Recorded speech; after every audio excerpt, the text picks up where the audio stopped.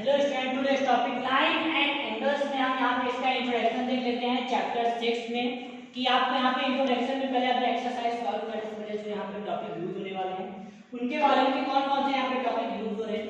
तो फर्स्ट देख लीजिए, यहाँ पे दिया basic term of a definition, मतलब आपको जो बेसिक यहाँ पे जो टर्म दिए होंगे जो एक्सरसाइज 6.1 में जो यूज होने वाले हैं। फर्स्ट यहाँ पे दिया है लाइन सेगमेंट। तो फर्स्ट हम यहाँ पे देखते हैं कि लाइन सेगमेंट फर्स्ट क्या है। लाइन सेगमेंट क्या होता है कि अगर आप लाइन सेगमेंट अगर आप पढ़ रहे हैं तो क्या आपको पहले बताएंगे कि लाइन सेगमेंट क्या होता है। मींस यहाँ पे अगर आप कोई भी डायग्राम बना रहे हैं और दोनों लाइन के बीच का जो डिफरेंस वहां पे आ रहा है वो इक्वल, जैसे मैं यहाँ पे रेक्टेंगल बना दिया। अब ये रेक्टेंगल क्या है, पूरी तरह से क्लोज फिगर है।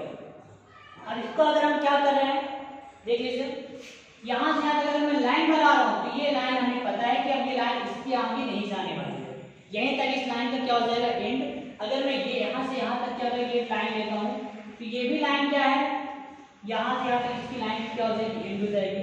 तो लाइन सेगमेंट मतलब क्या होता है कि अगर हम कोई भी लाइन ले रहे हैं और उसमें इन बोथ साइड क्या है एंडिंग पॉइंट हो, मतलब उसके आगे लाइन आगे इंक्रीज ना हो, ओनली वहीं तक। जैसे मैंने ये लाइन ले लिया, ये लाइन सेगमेंट ये मतलब अब हमें यहाँ पता चल गया कि जो लाइन है ना इससे लेस होगी और ना इससे मोर होगी, सेम उसी कंडीशन में आके वो लाइन रुक जाती है। वो लाइन क्या होते हैं, लाइन सेगमेंट होते हैं। जैसे एग्जांपल हमने ले लिया, ये हमने यहाँ पे ट्रायंगल लिया। अब ट्रायंगल में आपको पता है कि जो लाइन यूज हो रही है वो लाइन यहाँ पे आके एंड और यहाँ पे एंड होगी। ये सब क्या है, लाइन सेगमेंट के एग्जांपल है। आपको बुक में डेफिनेशन में दी हुई है, देखिए डेफिनेशन क्या है, a line with two end point is called a line segment। Means अगर लाइन सेगमेंट अगर इसमें टू एंड पॉइंट हो रहे हैं तो वो लाइन सेगमेंट की कैटेगरी में आता है। जैसे यहाँ पे हमने ले लिया ये स्मॉल लाइन हो या फिर ग्रेड हो, अगर इसमें टू एंड पॉइंट है मतलब वो क्या हो जाता है लाइन सेगमेंट होता है। टू से ज्यादा पॉइंट नहीं होने चाहिए, और टू ही पॉइंट अप्लाई करना है। जैसे अगर आपने यहाँ से यहाँ तक का लाइन ले लिया तो इसका मतलब हो जाएगा कि ये हो गया लाइन सेगमेंट और ये हो गया यहाँ पे लाइन सेगमेंट।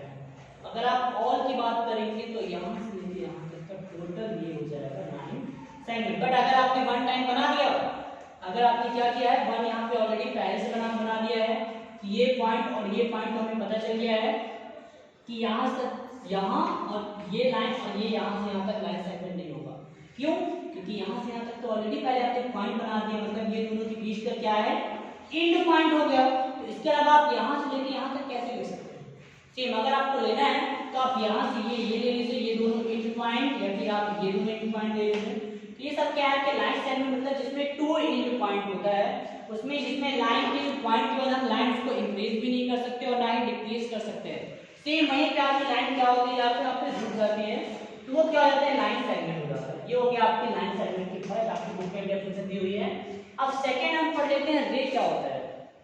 रे और ये सब जितने भी नंबर है सब लाइन के अंदर आते हैं, इसलिए रे से पहले हम पढ़ लेते हैं लाइन क्या है। लाइन सेगमेंट में आपको पता चल गया जिसमें टू एंड पॉइंट होता है और एंड पॉइंट होने के बाद लाइन वहां पे इंक्रीज नहीं हो सकती, सेम वहीं पे आपकी क्या हो जाती है रुक जाती है, वो क्या हो जाएगा आपका लाइन सेगमेंट। और सेकंड टॉपिक क्या हो जाएगा लाइन। लाइन में क्या होता है बोथ साइड इनडेफिनेट, यहाँ पे लाइन आगे इंक्रीज होती रहती है। जैसे मैंने ये ले लिया लाइन, ये यहाँ पे देख लीजिए ये लाइन क्या हो रही है बोथ साइड लेफ्ट या फिर राइट में आप देखेंगे ये लाइन यहाँ पे एरो बना है, इसका मतलब है कि लाइन आगे यहाँ पे इंक्रीज होती जा रही है। जैसे यहाँ पे हमने ले लिया ए और ये हमने ले लिया बी, अब लाइन यहाँ पे क्या हो रही है इंक्रीज, ये एरो बना है इसका मतलब बोथ साइड, वन साइड नहीं बोथ साइड, दोनों साइड लाइन क्या हो रही है यहाँ पे इंक्रीज होती जा रही है। जहां तक आप ले जाना चाहें वहां तक आप ले जा सकते हैं, उसका कोई एंड नहीं होगा, वो क्या हो जाएंगे लाइन में, लाइन डेफिनेशन में आएंगे। अब इसको अगर आप लिखेंगे सिंबल्स में लिखेंगे तो कैसे लिखेंगे, ए बी लाइन है बट कौन सी लाइन है, रे है, लाइन सेगमेंट है। अगर लाइन की बात कर रहे हैं तो हमने ये बोथ साइड एरो बना दिया, मतलब पता चल गया कि लाइन की होगी। अगर आप लाइन सेगमेंट में लिख रहे हैं तो हमने यहाँ पे कर दिया क्या ए बी और बोथ साइड हमने क्या कर दिया टू पॉइंट बना दिया, मतलब यहाँ से यहाँ तक की जो लाइन तो एंड हो गया। इसको हम फुल नेम में लिख के कहीं कहीं पे क्या होता है कि आपको जल्दी जल्दी करना पड़ता है तो आप लाइन सेगमेंट लिखते हैं, ज़्यादा टाइम लगता है। उसकी जगह आप डायरेक्ट लिख दीजिए ए बी और आपने ये बना दिया, मतलब ये लाइन सेगमेंट। अगर लाइन आपको लिखना है तो डायरेक्ट ऐसे लिख सकते हैं ए बी लिख के क्या होता है, लाइन में क्या होता है, बोथ साइड इनकी जो लेंथ होती है वो इंक्रीज होती रहती है। बट लाइन सेगमेंट में ऐसा नहीं है। लाइन सेगमेंट में अगर 2 पॉइंट वहां पे आ गए हैं तो वहां पे लाइन उसके बाद इंक्रीज नहीं होगी, सेम उसी पॉइंट तक रहेगी और ना उससे डिक्रीज होगी। अब उसके बाद एक और टॉपिक यहाँ पे दिया हुआ है आपकी बुक में, रे। अब रे के बारे में क्या है देख लीजिए। रे क्या है, रे भी एक ये लाइन के पार्ट है। रे मतलब लाइन का पार्ट है। अगर मैं यहाँ पे ये जो लाइन बनी हुई है, इस लाइन से किसी एक सेकंड या फिर फर्स्ट मैं उसको एंड करूँ, मतलब यहाँ से स्टार्ट हुआ, हमें पता चल गया ये लाइन, ये हमने यहाँ से स्टार्ट कर दिया लाइन, और यहाँ पे आके वो लाइन क्या हो रही है, फर्स्ट इंक्रीज होती जा रही है, इंक्रीज हो रही है। फर्स्ट हमें पता चल गया कि फर्स्ट जो इसका पार्ट है वो यहाँ तक है, और सेकेंड जो पार्ट है वो क्या हो रहा है, इंक्रीज होता जा रहा है। तो ये क्या हो जाएगी, रे की डेफिनेशन।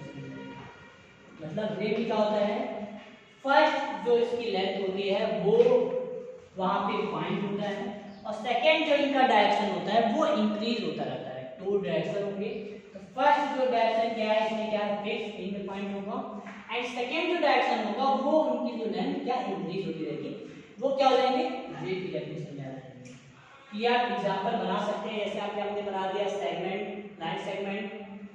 लाइन का मैंने बताया था कि आप ऐसे बना दीजिए, बोथ साइड इंक्रीमेंट लेंथ हो जाएंगे यहाँ पे, और रे में क्या होगा कि फर्स्ट डायरेक्शन क्या होगा, फिक्स, एंड सेकंड डायरेक्शन क्या होगा, नॉट फिक्स्ड होगा, एंड इंक्रीज भी होगा। वो क्या हो जाएंगे, लाइन रे की डेफिनेशन में आएंगे। उसके बाद यहाँ पे दिया हुआ है collinear point and non collinear point क्या होते हैं। हम नॉन कोलिनियर पहले हम पढ़ लेते हैं, कोलिनियर पॉइंट क्या होते हैं। कोलिनियर पॉइंट क्या होते हैं, जब कोई भी 2 पॉइंट में, जैसे मैं कोलिनियर से पहले एक किसी पॉइंट की मैं बात के बारे में बता देता हूँ, पॉइंट कोलिनियर हम बाद में पढ़ लेते हैं। जैसे अगर मैंने यहाँ पे बना दिया 1 पॉइंट मैंने बनाया, ये जैसे 1 पॉइंट, तो 1 पॉइंट में आप कितनी सारी लाइनें बना सकते हैं।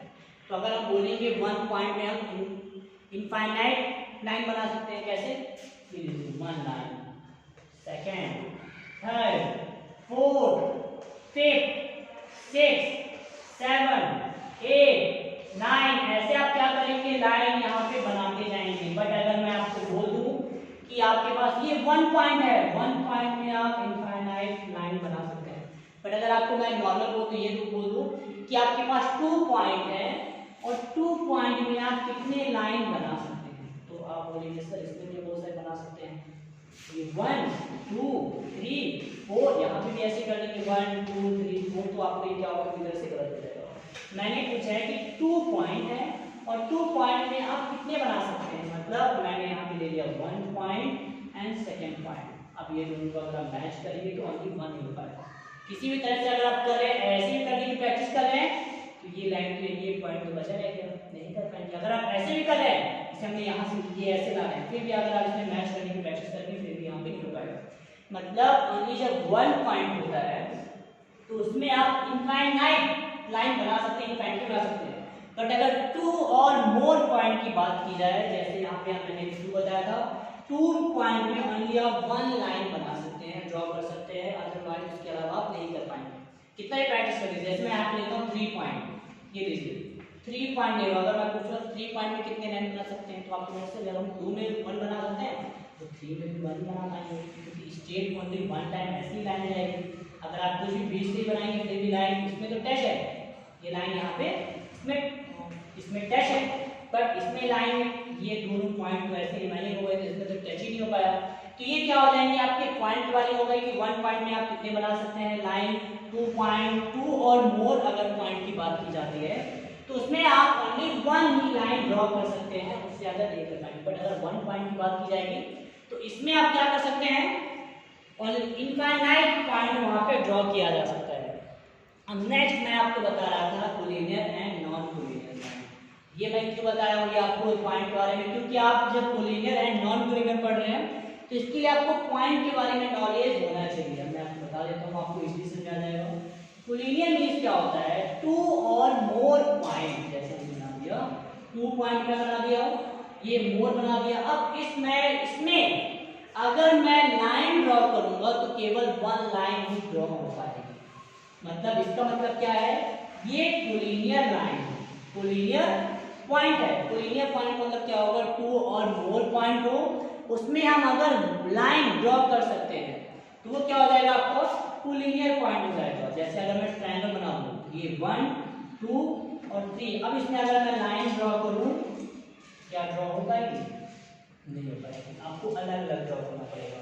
तो ये क्या है, नॉन कोलिनियर पॉइंट होगा। मतलब कोलिनियर पॉइंट क्या होते हैं, 2 और मोर पॉइंट्स में जब हम वन लाइन ड्रॉ करते हैं तो वो आपके क्या हो जाते हैं, कोलिनियर पॉइंट। आपकी बुक में डेफिनेशन में दी होगी, इफ 3 और more point line on the same line, मतलब 2 और मोर पॉइंट हो और उसमें आप सेम उसी लाइन को क्या कर रहे हैं, लाइन बना रहे हैं। जैसे मैंने 1 2 3 बनाया, अब यहाँ पे आप जो लाइन बना रहे हैं सेम ही लाइन बना रहे हैं, तो ये क्या होंगे, कोलिनियर के एग्जांपल हो जाएंगे। बट अगर नॉन कोलिनियर की बात करेंगे तो मैंने आपको बताया जैसे ट्रायंगल भी, अगर मैं ऐसे भी डॉट ले रहा हूँ, ये नॉर्मल यहाँ से यहाँ तक कर दिया, तो अगर आप लाइन बनाने की प्रैक्टिस करेंगे ये चीज नहीं बन पाएगी, सेम ऐसी लाइन होनी चाहिए। और एक चीज और भी रहता है, कोलिनियर का जो होता है, अगर आप फाइंड करते हैं, जैसे मैंने पॉइंट ले लिया, पॉइंट ए, पॉइंट बी और पॉइंट सी, तो इसका जो सम होता है, जब आप ए बी का डिस्टेंस और बी सी के डिस्टेंस को जब आप सम करते हैं, मतलब ए बी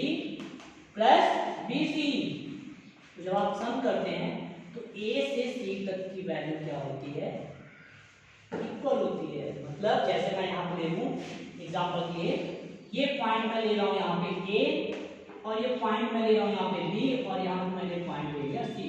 मतलब ए टू बी का जो डिस्टेंस है वो है कितना, 10 मीटर, और बी से सी का जो डिस्टेंस है वो मैं ले लेता हूँ क्या, 20 मीटर। अब इसका क्या है, आपका थ्योरम क्या बताया गया था, कोलिनियर मींस क्या होगा, मतलब कोलिनियर आप ए बी मतलब फर्स्ट डिस्टेंस यहाँ से यहाँ का डिस्टेंस और ये डिस्टेंस को जब आप सम करते हैं तो स्टार्टिंग टू लास्ट का डिस्टेंस पूरा उसके सम के इक्वल होगा। तो देख लीजिए, अगर ये अगर इक्वल हो रहा है तो राइट होगा। मतलब यहाँ से यहाँ का डिस्टेंस क्या है, ए बी मतलब 10 है, बी सी का डिस्टेंस क्या है, 20 है। तो आपको बताया क्या गया है, A B plus B C equal A C. क्या आ जाएगा, देखिए A B plus B C plus B C equal, देखिए क्या है। और अगर मैं ए सी की बात करूंगा तो यहाँ से लेके यहाँ का जो डिस्टेंस होगा टोटल 10 प्लस 20 क्या होगा, 30 होगा। तो यहाँ पे क्या आएगा, 30। देख लीजिए सम करने में इक्वल आ रहा है, ए बी कितना है 10 और बी सी कितना है 20 है, और ए सी कितना है 30 आ रहा है। हमने सॉल्व किया तो 20 प्लस 10 प्लस 20 हो जाएगा 30 इक्वल 30। मतलब क्या आ रहा है, डिस्टेंस इक्वल आ रहा है। मतलब ये जो लाइन हमारी क्या होगी, कोलिनियर होगी।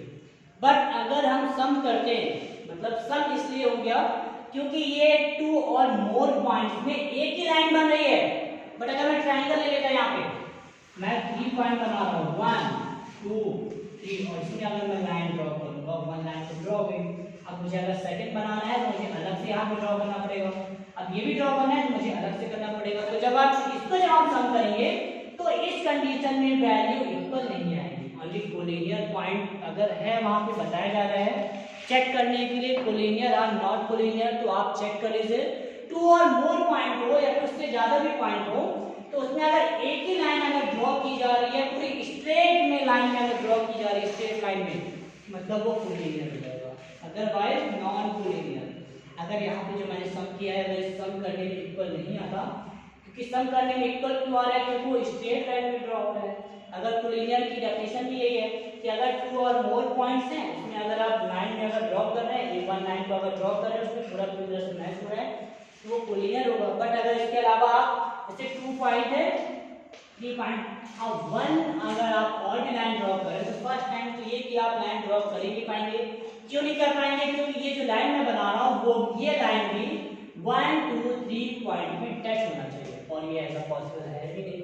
और जब नहीं होगा तो वो सब चीजें क्या हो जाएंगी, नॉन कोलिनियर पॉइंट में आ जाएगा। अब देखिए इसके बाद आपको बताना था टाइप ऑफ एंगल, क्योंकि इसके लिए आपको टाइप ऑफ एंगल के बारे में नॉलेज होना चाहिए कि टाइप ऑफ एंगल कौन से होते हैं। तो देखिए इसके लिए टाइप ऑफ एंगल्स के लिए हम यहाँ पे आप कैसे आपको बताएंगे type of angles.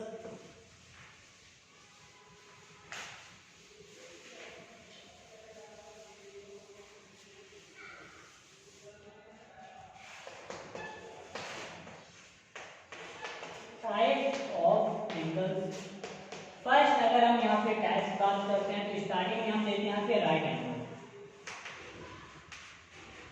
Right angle. और आपको पता है कि राइट एंगल की डेफिनेशन क्या होती है, फिक्स 90 डिग्री। मतलब अगर राइट एंगल हो रहा है तो राइट एंगल का जो एंगल बनता है वो फिक्स 90 डिग्री होता है। इस कॉल क्या होता है, राइट एंगल। अब इसके अगर हम बात करते हैं और राइट एंगल कैसे बनता है, और राइट एंगल बनाने के लिए प्रोटेक्टर का आप यूज कर सकते हैं, ये लीजिए यहाँ पे। अब इसके लिए आप देखिए क्या करेंगे, अब हमें पढ़ना है एक्यूट एंगल। एक्यूट एंगल क्या होता है ये भी आप देख लीजिए। राइट एंगल फिक्स 90 डिग्री का बनता है, लेस नहीं होगा और ना ही मोर होगा, फिक्स होगा वो 90 डिग्री, मतलब राइट एंगल। एक्यूट एंगल का मतलब क्या होता है, लेस देन मतलब हमने लेस कर दिया राइट एंगल, राइट एंगल से लेस होना चाहिए, या फिर लेस देन 90 डिग्री।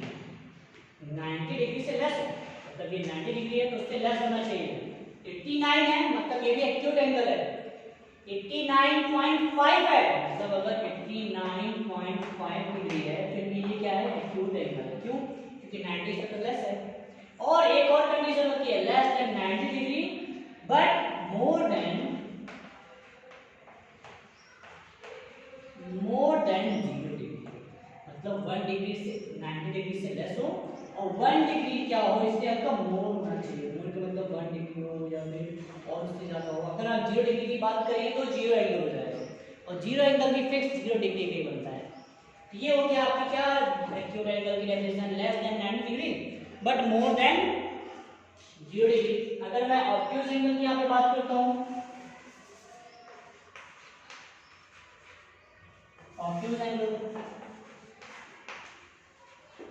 अब इसकी डेफिनेशन क्या हो जाएगी, देख लीजिए। जस्ट इसका क्वेश्चन है more than 90 degree. Obtuse angle आपको बुक में डेफिनेशन दी हुई है, राइट एंगल से मोर होना चाहिए, और क्या होना चाहिए इसमें, देख लीजिए, राइट कर देता हूं मैं,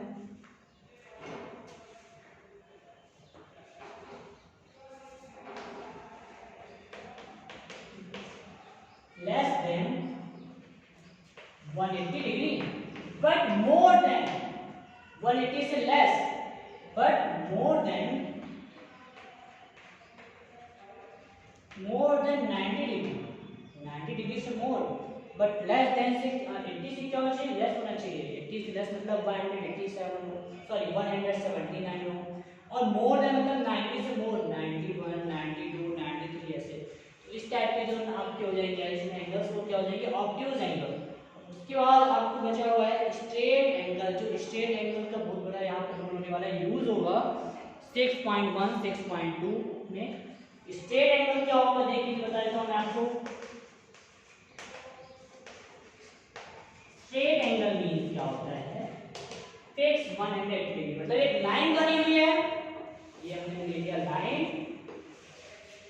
लाइन, ये लाइन है, मतलब इसका मतलब होता है कि ये स्ट्रेट लाइन मतलब 180 डिग्री का होता है। और इसमें और भी हमको देखते हैं कैसे एंगल बना दिया जाता है, 3 4 कितने भी आप एंगल बना सकते हैं। वन स्ट्रेट लाइन में आप जितना आपको बनाना है उतने आप एंगल बना सकते हैं, बट कुछ ऐसे और भी नंबर हैं जिन जो कंडीशन दी जाती है कि आपको 2 और 3 एंगल बनाने पड़ते हैं। पर स्ट्रेट लाइन दी हुई है, ये स्ट्रेट लाइन, स्ट्रेट एंगल नहीं सॉरी स्ट्रेट लाइन दी हुई है, तो स्ट्रेट लाइन में आप जितना आपको बनाना होगा एंगल उतना आप बना सकते हैं। तो स्ट्रेट एंगल क्या होता है, फिक्स होता है 180 डिग्री का। ये भी क्या है, फिक्स है, इससे आपको लेस भी नहीं करना है और ना ही आप इसमें मोर करेंगे, फिक्स होना चाहिए 180 डिग्री। अब नेक्स्ट आपको मैं बता देता हूँ रिफ्लेक्स एंगल। रिफ्लेक्स एंगल क्या है देख लीजिए।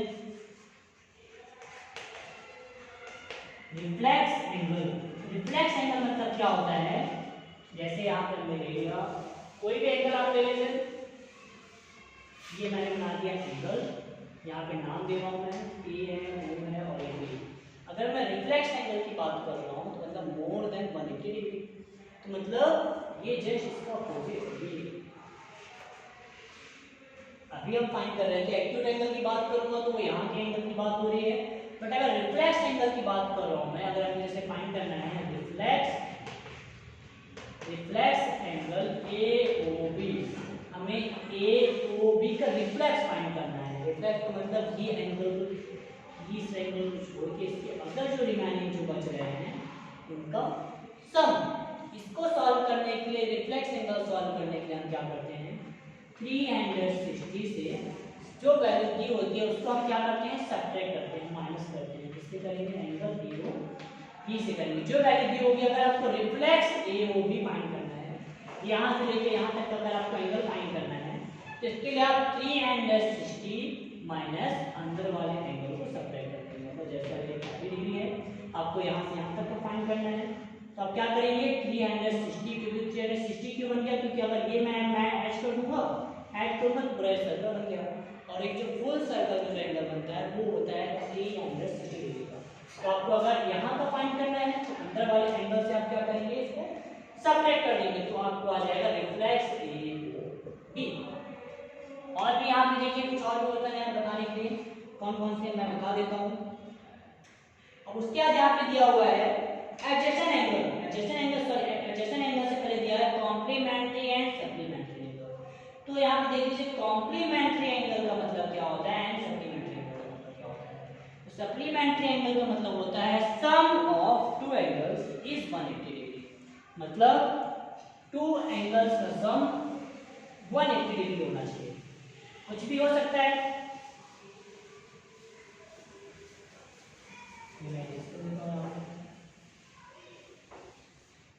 देखिए बात करते हैं इसकी सप्लीमेंट्री एंगल की। अगर हम सप्लीमेंट्री एंगल को फाइंड कर रहे हैं,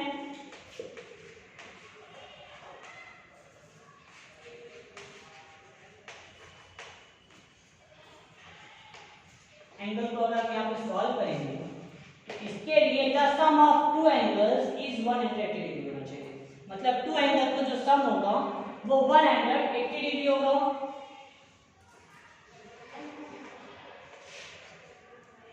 सप्लीमेंट्री एंगल क्या होगा, the sum of two angles is होगा 180 डिग्री। सेम इसका जस्ट अपोजिट होता है कॉम्प्लीमेंट्री एंगल। तो कॉम्प्लीमेंट्री एंगल का मतलब क्या होता है, the sum of two angles is 90 degree. अब इसमें से 90 डिग्री मतलब कुछ भी हो सकते हैं, 45 प्लस 55 भी हो सकते हैं, 30 प्लस 60 भी हो सकते हैं। मतलब अगर आपको बताना है यहाँ पे कॉम्प्लीमेंट्री के लिए, तो जो टू एंगल होंगे उनका सम होगा 90, एंड सप्लीमेंट्री की बात होगी, सॉरी कॉम्प्लीमेंट्री एंगल का मतलब क्या होगा, सम 90, एंड सप्लीमेंट्री एंगल की बात करेंगे तो उनका सम होगा 180 डिग्री। अब कोई भी एंगल आप ले सकते हैं, जैसे मैंने ये लाइन बना दिया, कॉम्प्लीमेंट्री की बात मतलब एक लाइन की बात की जा रही है, एक स्ट्रेट लाइन। अब स्ट्रेट लाइन में आपको कोई भी टू एंगल बनाना है, ये मैंने बना दिया फर्स्ट एंगल और सेकंड एंगल। अब ये जो टू एंगल का जो सम होगा वो होना चाहिए टोटल 180 डिग्री, उसको हम बोलेंगे कॉम्प्लीमेंट्री। और एक चीज और है, हम कॉम्प्लीमेंट्री एंगल को बोलते भी हैं, लीनियर पेयर भी बोलते हैं। लीनियर पेयर का मतलब क्या होता है, the sum of two angles is 180 degree. But इसमें क्या कंडीशन क्या है, लीनियर पेयर में जैसे कॉम्प्लीमेंट्री एंगल में रहता है, इसमें भी हमने कोई भी एंगल ले लिया, सम कर दिया, और लीनियर पेयर में भी ये रहता है, अगर स्ट्रेट लाइन बनी हुई है और स्ट्रेट लाइन के अंदर अगर कोई भी एक एंगल बन रहा है, दोनों का जो सम होना चाहिए 180 डिग्री होना चाहिए। बट अगर हम यहाँ पे कॉम्प्लीमेंट्री की बात करते हैं तो इसमें राइट एंगल बनता है। क्या बनता है इसमें, राइट एंगल। और राइट एंगल में आपको पता होगा कॉम्प्लीमेंट्री में इनका जो सम होता है टोटल 90 डिग्री होता है कॉम्प्लीमेंट्री का। अब इसमें से अगर आप कोई भी टू एंगल ले रहे हैं राइट एंगल में, ये हमने ले लिया टू, राइट एंगल था इसमें हमने टू एंगल ये हो गया 30 और ये क्या हो गया 60। अब ये टू एंगल्स को जब सम करेंगे तो आता है 90, मतलब कॉम्प्लीमेंट्री में sum the sum of two angles is 90 and supplementary angle में the sum of two angles is क्या हो जाता है 180 डिग्री। अब यहाँ पे जो आपने जो क्वेश्चन बताए गए हैं, डेफिनेशन बताई है, वो आपसे ऑल प्रॉपर बनने चाहिए। Okay, thank you student.